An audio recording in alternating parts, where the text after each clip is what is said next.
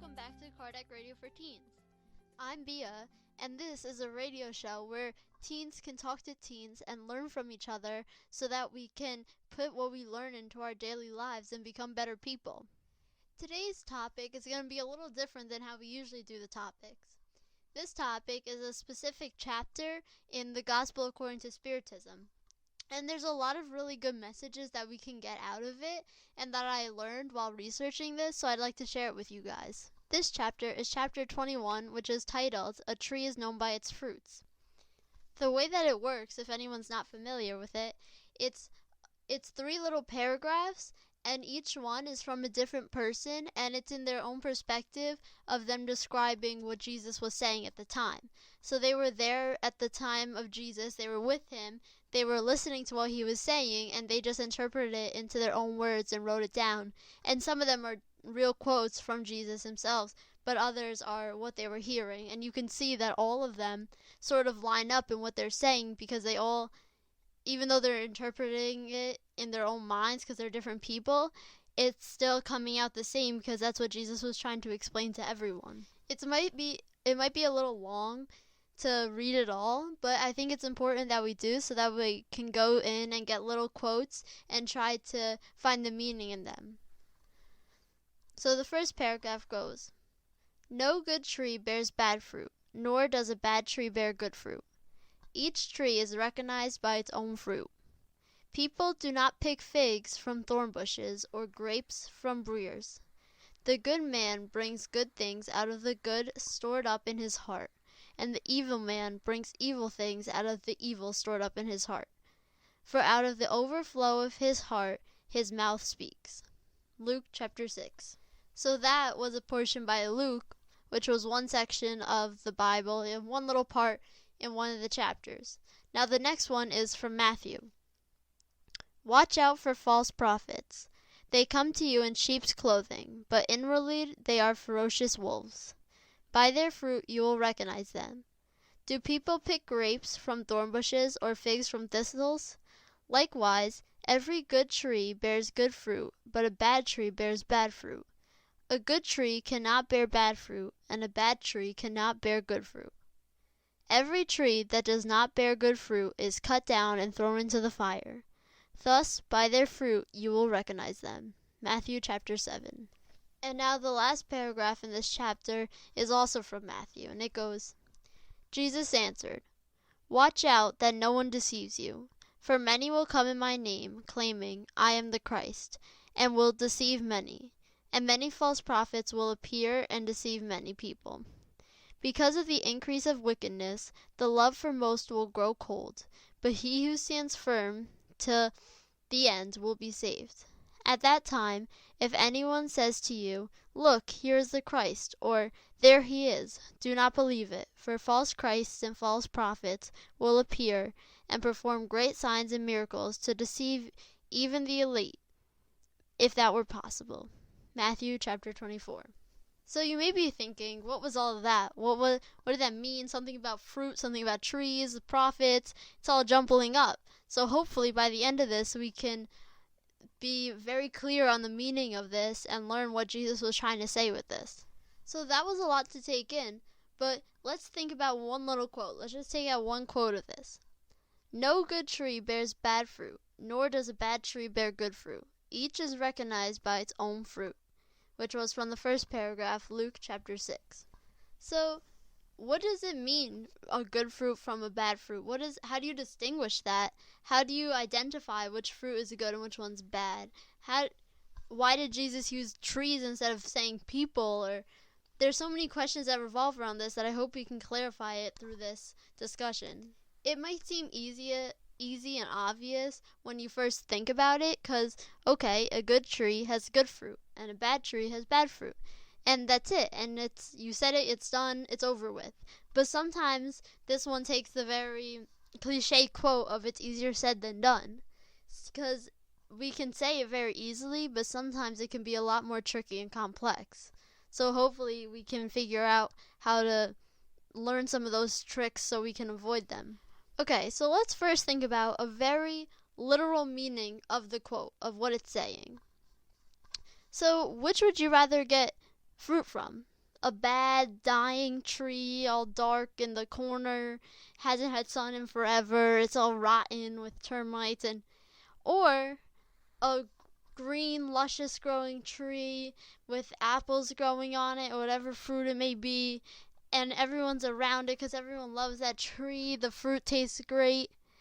It's pretty obvious which one you're going to go to. You're not going to go to the rotten tree to find a fruit there, because chances are there's rather not going to be any fruit, and the fruit that is there, it's going to be really nasty and it won't taste good.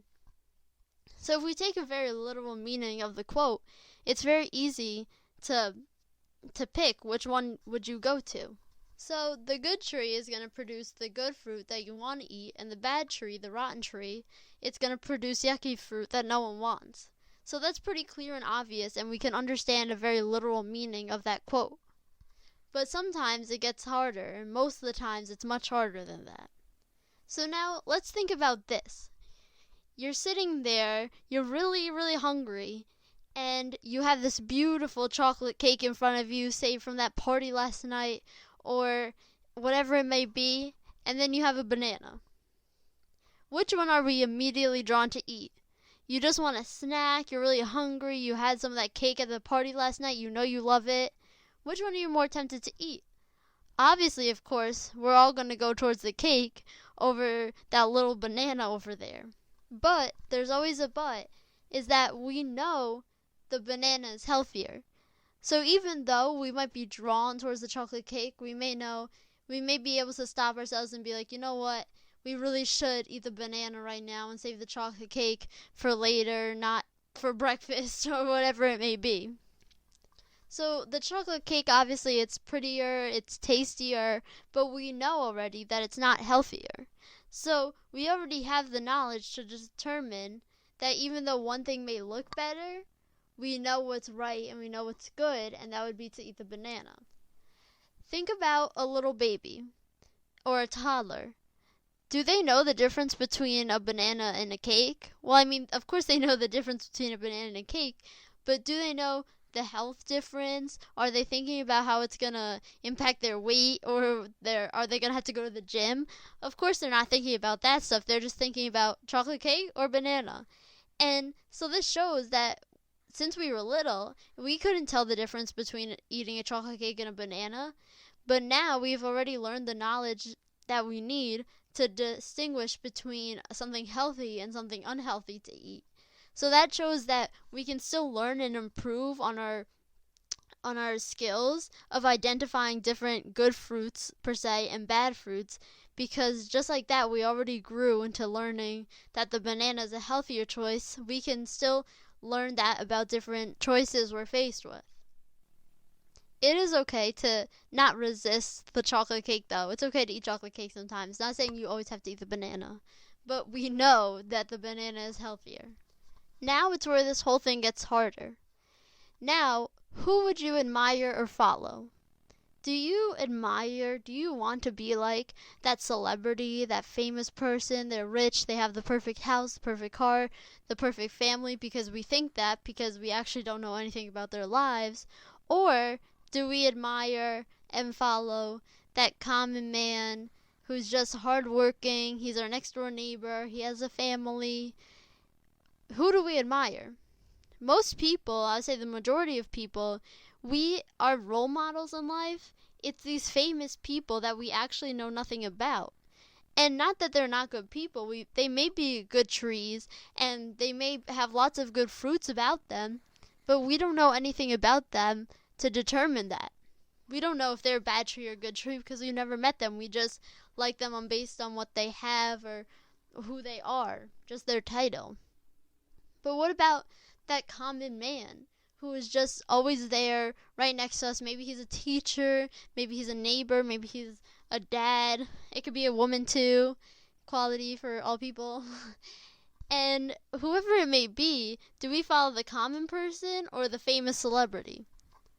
How come? How come we ignore the common man, the good man, the humble man right next to us that we're in contact with every day? But we're so passionate about this person that we've never even met, that As far as we know, they're just a picture in a magazine or on TV. One example is that, I don't know if any of you guys know, but the other day at a concert, Beyonce sneezed. And it was all over the news, and it was all anyone could talk about just because Beyonce sneezed. And if you think about it, we get also worked up about a celebrity doing something so irrelevant, so simple that everyone does every day, that we're ignoring all the honest, good working people that should be recognized for something important that they're actually doing. But instead, we fill our media and our news about a sneeze from a famous person when there's honest, hard work that should be recognized. In school, someone sneezes, you all say bless you, and that's over. You don't talk about it, it doesn't keep going, that's it. But how come one celebrity sneezes and it's all over the news, it's all anyone can talk about? Why is that? It's because we don't know who that person truly is so much that we don't even realize they're a real human, that they do human things, that they sneeze sometimes. We have to pay attention to ourselves and reflect on our actions, because sometimes the simple, humble man that should be our inspiration is right next to us, but we ignore him from someone that's thousands of miles away, living the life we think is a dream, which sometimes is much harder than it actually seems. And this is not a problem of just right now when we have famous celebrities and TV shows and stuff like that, but it's been around since Jesus' time. If you think about Jesus, he was that simple, humble man, and yes, he did have a lot of followers, but a lot of people didn't follow him because he was just a random, simple, humble man. Some people, of course, they saw the king, the celebrity of the day, they saw the king as the most important, and the people in power as the most important, not this simple, humble man who's just coming out of nowhere to talk. So it's been around since Jesus' time, so it's not going to be a problem that's fixed, but if we recognize what we admire about someone that we barely even know, we can admire them. There is good things about those people. We just have to see if we're truly admiring them for the right reasons. So these kind of choices and decisions we make, that's where the whole quote about the good tree and the bad tree become a lot more difficult to distinguish between. Because how do we know which is a good tree and which is a bad tree? Well, the answer to that, of course, is by looking at its fruits, or its qualities, what it produces. So let's look back to that dark, rotten tree in the corner where no one's taking care of it. What kind of fruit does it produce? If we're thinking physically, it's producing a rotten apple that's all squishy, and there's probably worms crawling in it. But what if we're talking metaphorically? What type of fruit does a bad tree create? So if we look at some of these fruits, one of them is negativity. If you're a bad tree per se, and you always have a negative mindset, that's one of the fruits you're producing. Because having a negative mindset, you're not ever going to be able to do anything positive. So that's already setting the tone for the rest of your apples that you're producing. If you're positive, then if you act positive in a situation, then you're going to get a positive feedback, a positive return. Or even if it's not such a great feedback or return, you'll still be able to look at it in a positive way and learn from it instead of just being all negative and mad about something. Another negative fruit that you'll produce if you're a bad tree is negative emotions, which goes along with having a negative attitude. If you have negative emotions and you're angry all the time, or you're stressed and you're frustrated, that's not going to make anything happen easier if it happens at all. So being a bad tree won't get us anywhere, because we'll be so frustrated and stressed and angry and unhappy that we won't be able to find any happiness anywhere. Another very negative apple is falling into drugs. Because maybe before, back in time, when there wasn't any science and technology like we had, a lot of people smoked or did certain types of drugs without really knowing it was harmful. Maybe back in the day they just thought it was a medicine of some sort, But now, with the technology and the science that we have, that's not an excuse. Everyone knows, you learn in school since you're little, everyone knows that drugs are bad for you, and there's no way you can pretend that you don't know that. So there's absolutely no excuses to fall into that trap. So if you're a bad tree, you're producing these negative apples, like falling to drugs or trying to persuade other people to do drugs, whatever it may be. Another very negative fruit is violence. If you're angry all the time, if you have a negative mindset, if you're falling into the slope of drugs or you're getting other people to do it, you're going to become violent. And violent is a terrible fruit to have. Because if you think about everyone that's ever accomplished something for the good, they've never used violence. First, if you think about the main example, Jesus, he never once used violence to accomplish anything, and look all that he's accomplished. And you may be thinking, oh, well, that's Jesus, it doesn't apply to me. But what about other people like Gandhi or Martin Luther King Jr., who was not that far from our time right now? These people, they accomplished so much positiveness, but they all practice nonviolence.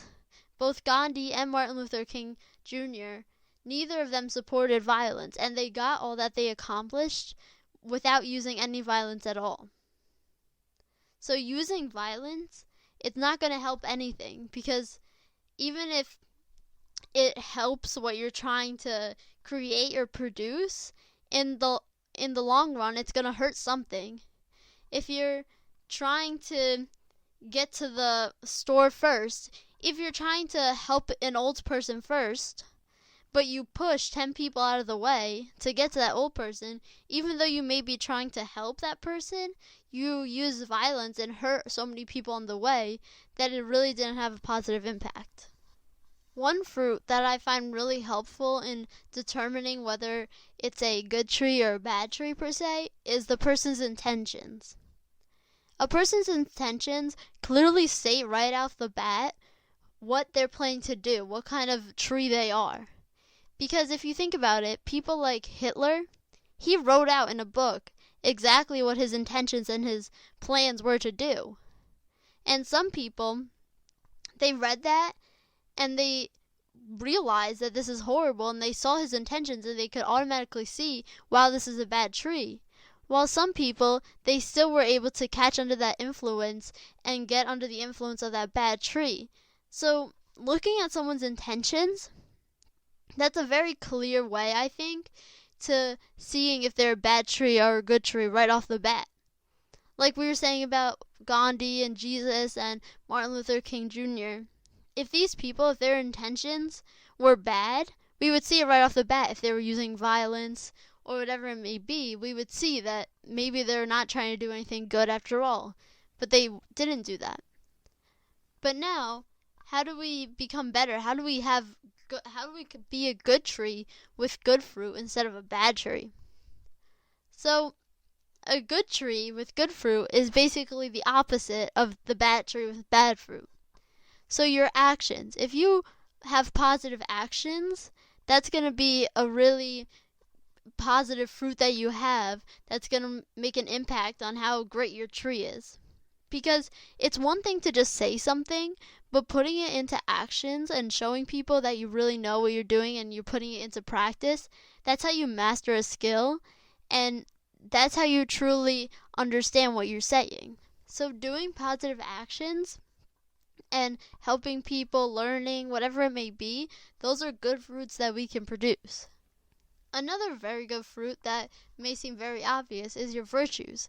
If you have high moral standards, if you're knowing what right and wrong is, if you're doing what right and wrong is, well, doing what's right and knowing what's wrong, and if you have courage and justice and all these good character traits and you're using them for the good, that's going to be a very positive apple that you produce.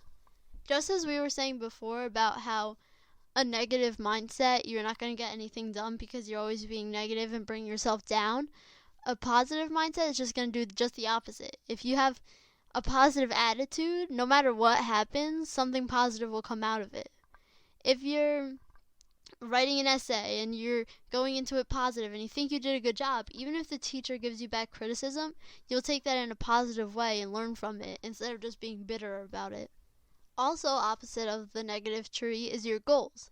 If you have positive goals and you want to accomplish good things for good reasons in a good way, then it's clear to see that you're a good tree producing good fruit.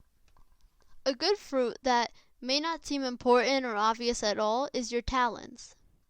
If you have good talents and you're using that to help other people in whatever way it may be, maybe you're a great cook and you can cook something amazing and you cook it for someone who can't, or if you play an instrument and you play it for people who don't, if they're trying to feel better, or just helping them, teaching them, because teaching is a talent, because some people can't teach, can't explain. So if you're explaining that to someone, you're already helping them using your talent.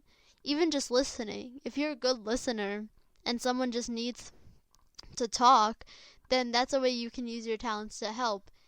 And we all have talents inside of us, no matter who we are. There's always some special talent inside of us that we can use to help. And if we use these for the good, then that's another positive fruit that we're creating. The most important fruit is God, is having God within yourself.